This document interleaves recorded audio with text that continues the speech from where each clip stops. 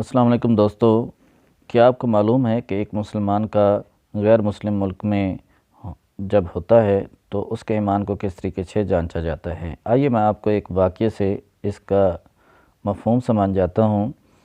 کہا جاتا ہے کہ لندن کے ایک امام صاحب تھے۔ روزانہ گھر سے مسجد جانے کے لیے بس پر سوار ہونا ان کا معمول تھا۔ لندن میں لگے بندے وقت اور ایک ہی روٹ پر بسوں میں سفر کرتے ہوئے کئی بار ایسا ہوا کہ بس بھی وہی ہوتی تھی اور بس کا ڈرائیور بھی وہی ہوتا تھا۔ ایک مرتبہ یہ امام صاحب بس پر سوار ہوئے، ڈرائیور کو کرایہ دیا اور باقی کے پیسے لے کر اپنی نشست پر بیٹھ گئے۔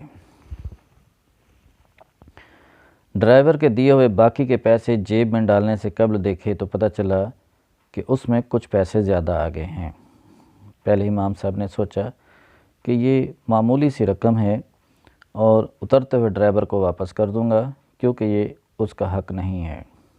پھر سوچا کہ اتنے تھوڑے سے پیسوں کی کون پرواہ کرتا ہے، ٹرانسپورٹ کمپنی ان بسوں کی کمائی سے لاکھوں پاؤنڈ کماتی بھی تو ہے، ان تھوڑے سے پیسوں سے ان کی کمائی میں کیا فرق پڑے گا۔ میں ان پیسوں کو اللہ کی طرف سے انعام سمجھ کر جیب میں ڈالتا ہوں اور چپ ہی رہتا ہوں، ڈرائیور کو دینے کی کوئی ضرورت نہیں ہے۔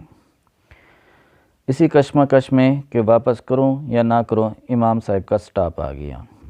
بس امام صاحب کے مطلوبہ سٹاپ پر رکی تو امام صاحب نے اترنے سے پہلے ڈرائیور کو وہ معمولی رقم جو اضافی اس کو دی گئی تھی واپس کرتے ہوئے کہا، یہ لیجئے، لگتا ہے آپ نے غلطی سے مجھے زیادہ پیسے دے دیے ہیں۔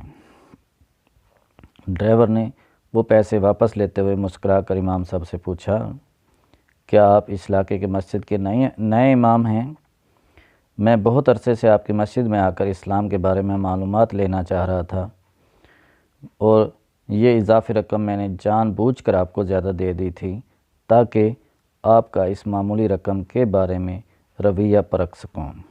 امام صاحب جیسے بس سے نیچے اترے، انہیں ایسے لگا جیسے ان کی ٹانگوں سے جان نکل گئی ہے۔ گرنے سے بچنے کے لیے ایک بجلی کے کھمبے کا سہارا لیا، آسمان کی طرف منہ اٹھا کر روتے ہوئے دعا کی، یا اللہ مجھے معاف کر دینا، میں ابھی اسلام کو ان معمولی رقموں کے بدلے میں بیچنے لگا تھا۔ دوستو یاد رکھیے، بعض اوقات لوگ صرف قرآن پڑھ کے اسلام کے بارے میں جانتے ہیں یا غیر مسلم ہم مسلمانوں کو دیکھ کر اسلام کا تصور باندھتے ہیں۔ کوشش کریں کہیں کوئی ہمارے شخصی اور انفرادی رویے کو اسلام کی تصویر اور تمام مسلمانوں کی مثال نہ بنا رہے۔